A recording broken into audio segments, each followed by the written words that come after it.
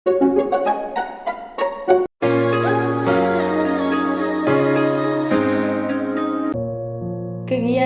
praktik lapangan persekolahan atau PLP2 ini saya jalani di SMK Pasundan 3 Bandung. Di kelas 10 DKV, saya belajar bahwa ruang kelas bukan hanya tempat menyampaikan materi, tetapi juga tempat berbagi cerita, proses, dan tumbuh bersama. Dengan pendampingan guru pamong, Pak Indra Bahari, setiap pertemuan terasa lebih dari sekedar kewajiban, melainkan pengalaman yang membentuk.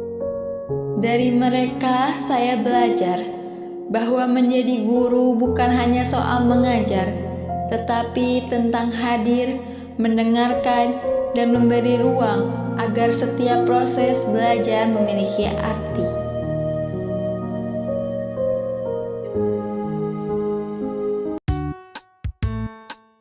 Assalamualaikum warahmatullahi wabarakatuh. Pada pertemuan pertama pelaksanaan program pengenalan lapangan persekolahan atau PLP2, kegiatan pembelajaran dilaksanakan secara pembelajaran jarak jauh atau PJJ.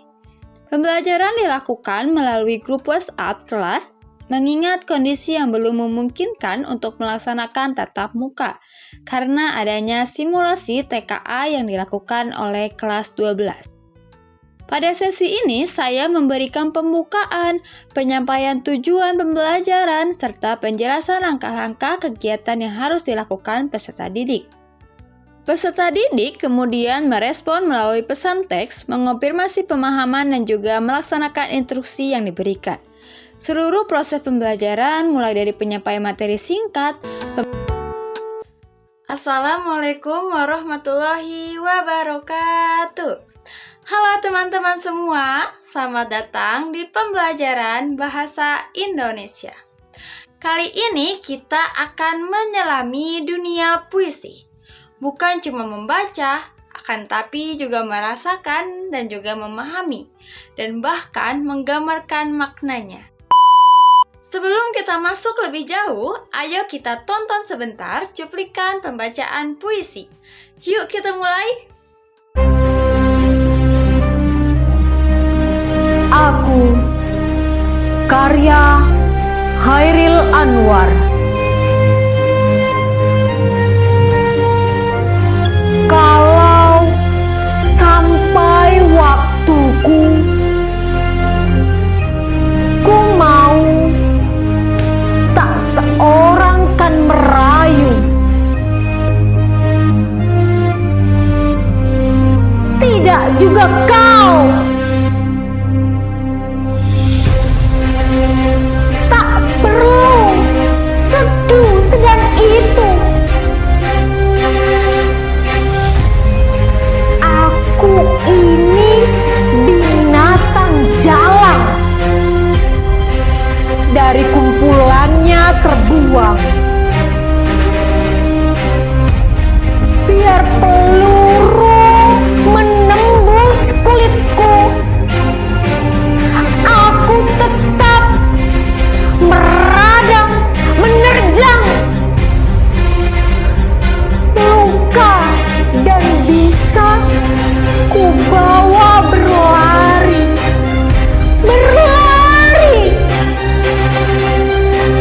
hingga hilang pedih perih.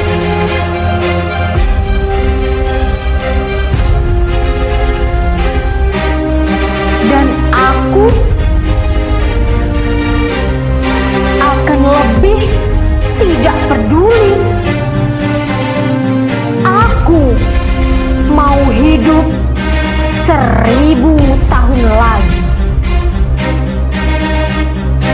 Teman-teman, perhatikan baik-baik kata-kata, nada, dan suasananya ya. Rasakan arti dan perasaan yang muncul. Setelah menonton, tuliskan di buku kalian. Yang pertama, apa yang kalian rasakan saat mendengar puisi ini? Lalu yang kedua, apa yang kalian pahami tentang puisi yang telah kalian tonton tadi? Oke, teman-teman, sekarang kalian sudah punya pengalaman pertama merasakan puisi. Yuk kita bahas pengertiannya lebih jelas, supaya semuanya lebih mudah difahami. Puisi adalah salah satu bentuk karya sastra yang mengungkapkan perasaan dan pikiran penyair melalui kata-kata yang indah dan bermakna. Jadi, puisi bukan hanya sekedar kata-kata biasa atau kalimat panjang seperti cerita, seperti novel, cerpen, kan tetapi puisi dibuat dengan pilihan kata yang cermat agar setiap baris memiliki makna dan perasaan yang indah. Puisi itu bisa dibagi menjadi dua, yaitu yang pertama puisi rakyat yang nanti akan kita bahas minggu depan, dan yang kedua yaitu puisi modern yang akan sekarang kita bahas. Puisi modern ini merupakan puisi yang bebas dalam bentuk, panjang bait, dan juga bahasa. Nah, sekarang kita lanjut ke pembahasan mengenai ciri-ciri dalam puisi. Ciri yang pertama yaitu tersusun dari baris dan bait. Puisi itu tidak dituliskan dalam bentuk paragraf yang panjang ya, tapi dalam bentuk baris dan bait. Bisa diperhatikan contohnya. Di sini ada puisi yang berjudul Aku karya Chairil Anwar. Setiap baris punya makna sendiri, tapi kalau dibaca bersama membentuk satu kesatuan ide. Nah, di sini kalau dari kata kalau sampai waktuku itu namanya baris ke-1. Dari kata ku mau tak seorang kan merayu itu baris kedua. Tidak juga kau itu baris ketiga dan yang selanjutnya. Nah, jika kumpulan baris itu baru disebut dengan bait. Jadi perlu diingat ya bahwa puisi tidak ditulis seperti paragraf panjang, tapi disusun dari baris-baris yang pendek. Ciri puisi yang kedua yaitu bahasa kiasan atau makna yang tidak langsung. Jadi dalam puisi itu ada makna yang denotasi atau makna yang sebenarnya dan juga ada makna yang konotasi, yaitu makna yang bukan sebenarnya. Nah, makna konotasi inilah yang disebut dengan makna kiasan. Nah, dalam puisi sering pakai bahasa kiasan, artinya nggak bisa dipahami secara langsung, berarti itu artinya maknanya tersirat. Contohnya di puisi Aku karya Chairil Anwar, yaitu aku ini binatang jalang dari kumpulannya terbuang. Kata binatang jalang bukan berarti hewan sungguhan, tapi melambangkan seseorang yang bebas dan berbeda dari orang lain. Inilah yang disebut makna konotatif atau makna yang tersembunyi di balik kata. Ciri yang ketiga yaitu irama atau bunyi yang teratur. Coba dengarkan ini. Biar peluru menembus kulitku, aku tetap meradang, menerjang. Jadi enak dibaca dan didengarkan. Puisi memang seperti musik dari kata-kata, ada nadanya dan juga ada tekanannya. Ciri yang keempat yaitu memiliki makna yang padat. Puisi itu memiliki kata yang sedikit namun banyak arti. Puisi itu pendek tapi maknanya dalam banget. Contohnya, aku mau hidup 1000 tahun lagi. Satu baris saja tapi mengandung semangat hidup dan keberanian yang luar biasa. Itulah mengapa puisi disebut makna yang banyak.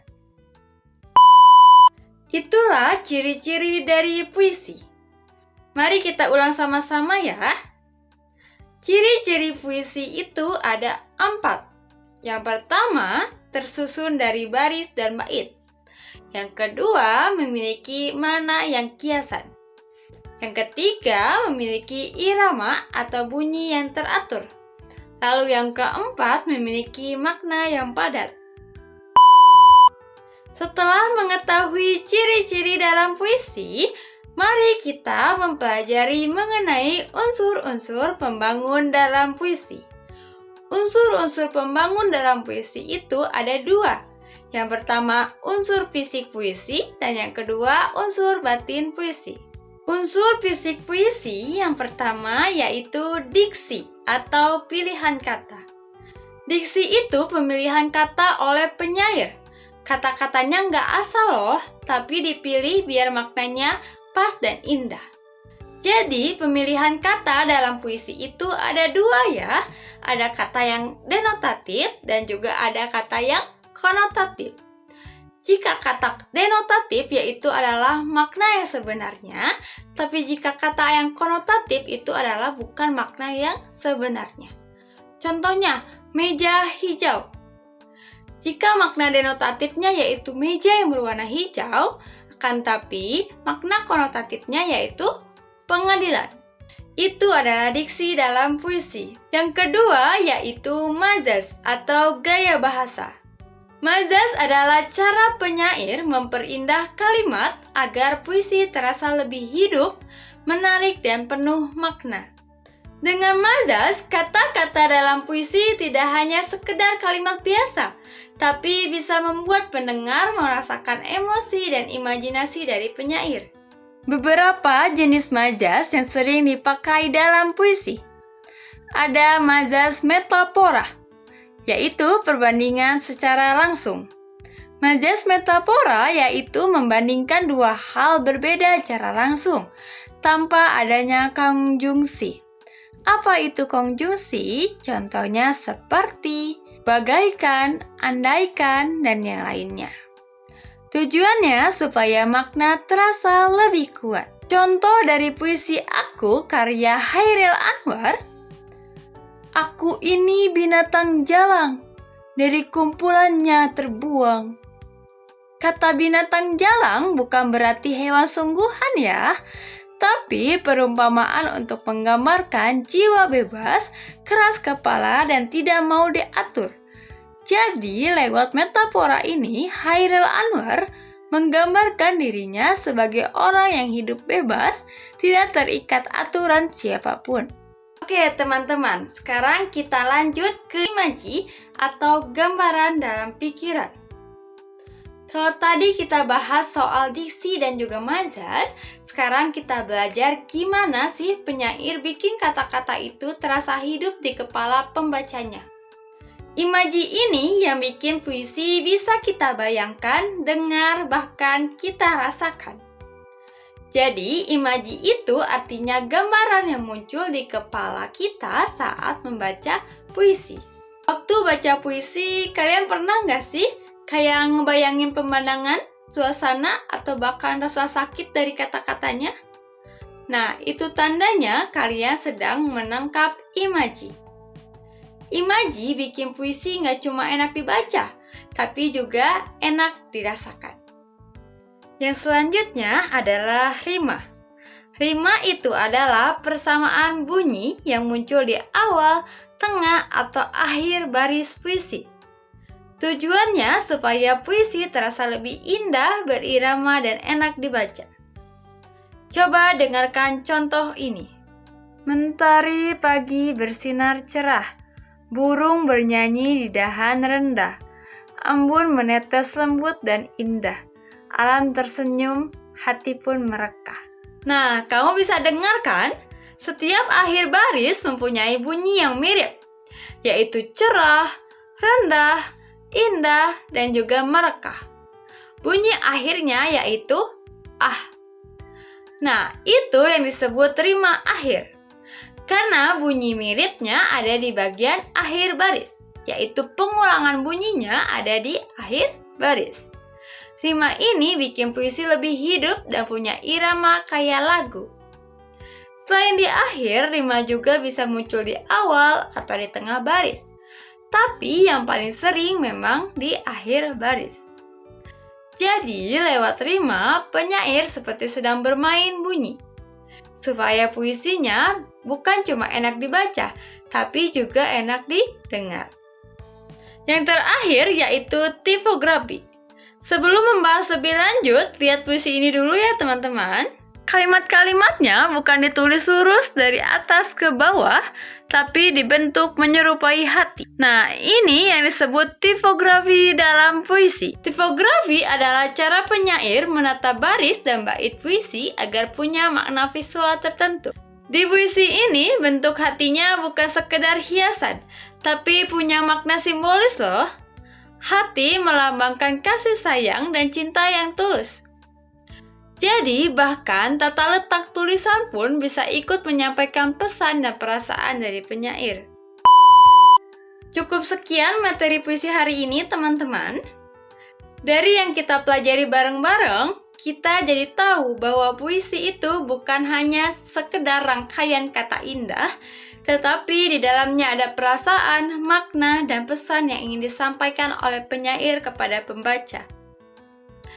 Sekian dari saya, sampai jumpa di video pembelajaran selanjutnya. Wassalamualaikum warahmatullahi wabarakatuh. Setelah penyampaian materi, peserta didik kemudian diarahkan untuk mengerjakan LKPD yang telah diberikan.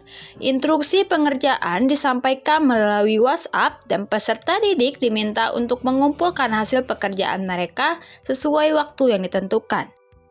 Berikut ini merupakan dokumentasi pengerjaan LKPD dalam kegiatan PJJ.